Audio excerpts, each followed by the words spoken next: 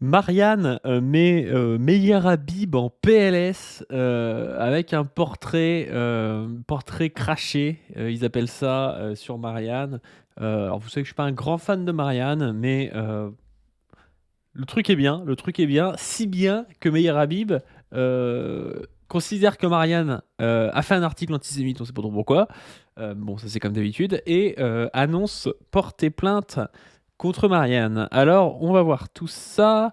Donc, sur Twitter, Marianne nous raconte ceci. Le portrait craché. Que reste-t-il de Meyer Habib une fois conjurée l'infamante accusation d'antisémitisme brandie par l'intéressé à la moindre critique? Un personnage bouffon, grotesque, dans ses meilleurs jours, ignoble à l'ordinaire. Grotesque dans ses meilleurs jours, ignoble à l'ordinaire. Et là, ils nous mettent une petite caricature avec marqué Bibi, avec son quadruple menton barbu un peu bizarre, et puis avec son drapeau d'Israël et un tank. Avec marqué le portrait craché, une vie au service du fanatisme. Meyer Habib, la petite frappe du bêtard derrière le député ami de Netanyahou. Meyer Habib qui répond: l'infâme Marianne Lemagle s'effondre et embrasse la pire presse antisémite d'entre-deux-guerres. Marianne devient je suis partout à travers d'abominables injures raciales à mon égard. Vous allez voir l'article. Lui, il considère que c'est la pire presse antisémite d'entre-deux-guerres avec d'abominables injures raciales à son égard. Après ça, une honteuse sur le risque d'assassinat d'Emmanuel Macron, un portrait antisémite à mon encontre. Je ne connais n'ai évidemment jamais été contacté de près comme de loin par ces prétendus journalistes. Le naufrage est tel que l'actionnaire majoritaire du journal songe publiquement à quitter le radeau de la Méduse d'un journal qui ne sait plus quoi faire pour vendre son magazine en perdition. Mes avocats, Maître Pardo et c'est Georges, le G de Georges William Goldnadel, ou je sais pas ce que ça veut dire son G à Goldnadel, porte plainte. La banalisation de l'antisémitisme d'une certaine presse rappelle les œuvres les plus sombres de l'histoire de France. Je ne laisserai rien passer. Et il y a une petite note de contexte des utilisateurs qui mettent le portrait fait par le journal Marianne du député français Meyer Habib n'a rien d'antisémite. Il dénonce un communautarisme trop appuyé du député et une relation ambiguë avec le chef de gouvernement israélien, à savoir Benjamin Netanyahou, l'actuel Premier ministre d'Israël. Donc, que nous dit Marianne? Marianne nous fait un portrait. Une vie au service du fanatisme. Meyer Habib, la petite frappe du bêtard derrière le député ami de Netanyahou, par Louis Nadeau. Que reste-t-il de Meyer Habib, député de la 8e circonscription des Français établis hors de France, une fois conjuré l'infamante accusation d'antisémitisme brandie par l'intéressé à la moindre critique? Pas grand-chose en vérité. Un personnage bouffon, grotesque dans ses meilleurs jours, ignoble à l'ordinaire. Comment Meyer Habib, vous êtes juif, mettons-nous dans la tête d'un antisémite. Tiens, il y a de l'écho. À ses yeux, le député binational de la 8e circonscription des Français établis hors de France, réélu en avril 2023 malgré l'annulation initiale du scrutin par le Conseil constitutionnel, est un fantasme réalisé. C'est vrai que il y avait eu des trucs louches quand même par son élection. Il y avait eu une annulation de scrutin à cause, je crois, d'une fraude, si je dis pas de conneries. L'élection du député Meyer Habib annulée par le Conseil constitutionnel. Euh, les électeurs rencontrant des difficultés pour voter par voie électronique. Euh,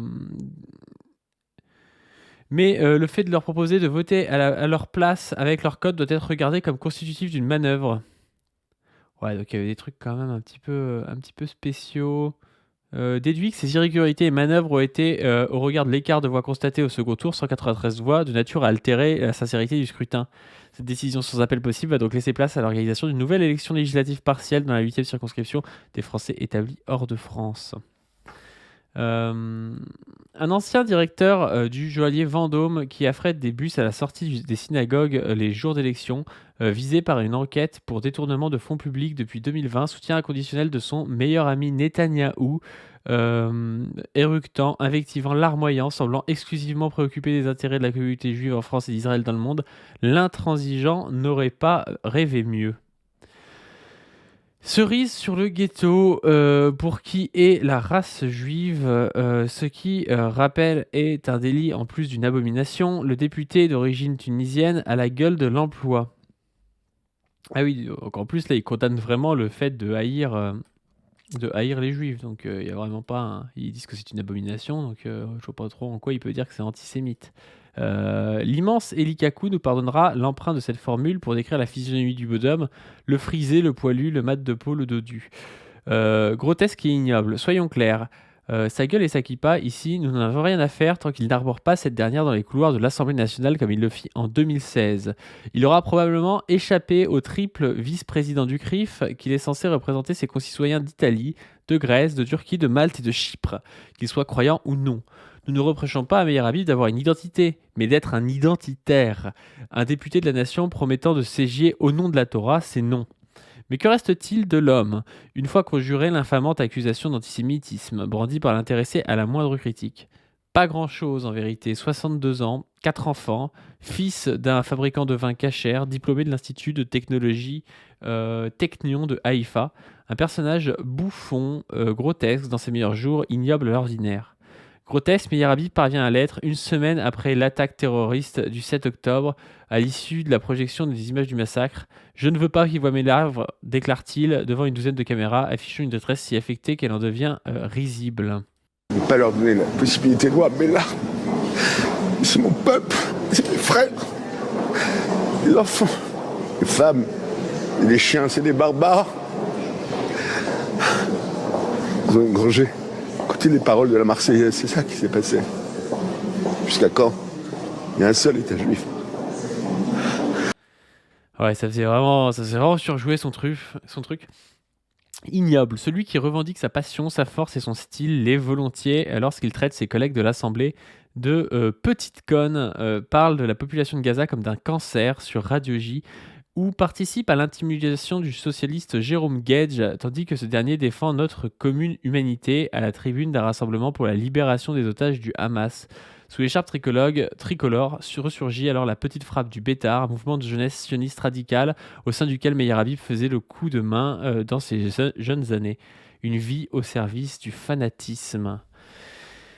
Et c'est vrai que Meir Habib, il fait vraiment partie de ceux qui sont le plus radicalisés. Et cette tribune, même si des fois je trouve qu'elle n'est pas si claire que ça et que on pourrait presque c'est pas trop ce qu'ils racontent des fois. Et je comprends que c'est facile en fait de faire croire que c'est une tribune raciste. Alors je pense pas que ce soit une tribune raciste envers Meir Habib, notamment ils le disent bien.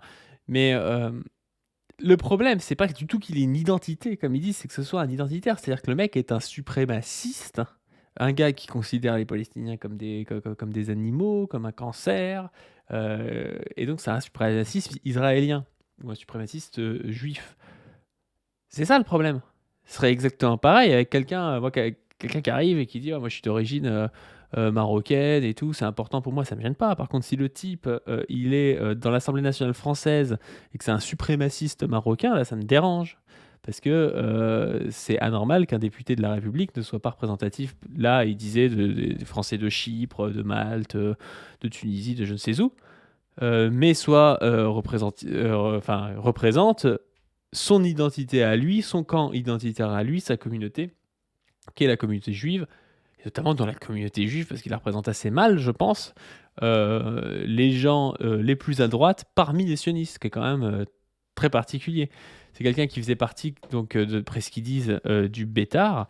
Le Bétard, c'est un mouvement, ouais, comme on a le GUD pour l'extrême droite française, le Bétard, c'est un mouvement d'extrême droite identitaire juif, quoi. Là, quand on regarde sur le Wikipédia du Bétard, ils nous disent quoi? Le Bétard est un mouvement de jeunesse juif sioniste radical dirigé par David Srer. Il est fondé en 1923 à Riga.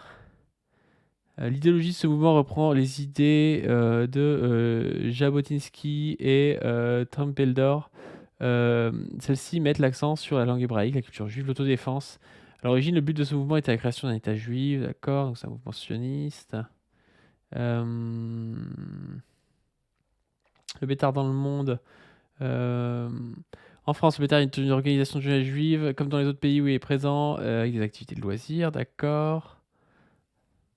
Lors de la deuxième intifada, le groupe s'est donné pour mission de combattre l'antisionisme et l'antisémitisme, ainsi que de sécuriser les lieux de culte et les écoles juives. Ils sont allés s'opposer à des groupuscules d'extrême gauche. Ils participaient à des mouvements avec des organisations d'extrême droite pro-israéliennes. Organisé en réseau, le Bétar compte 300 à 500 membres. Ouais. Enfin, vous voyez, c'est un truc un petit peu de... c'est un truc un peu de droite, hein, de droite, voire d'extrême droite israélienne, mais aussi, alors ça peut être en France, aux États-Unis, au Royaume-Uni, quoi, un truc d'identitaire juif, quoi. Donc voilà ce que nous raconte Marianne et comment réagit Meyer Habib. Sur ce, je vous invite à donner sur le Tipeee comme d'habitude, à me dire ce que vous en pensez. Je vous invite aussi à vous abonner à cette chaîne, à vous abonner à la chaîne principale. Sur ce, je vous dis à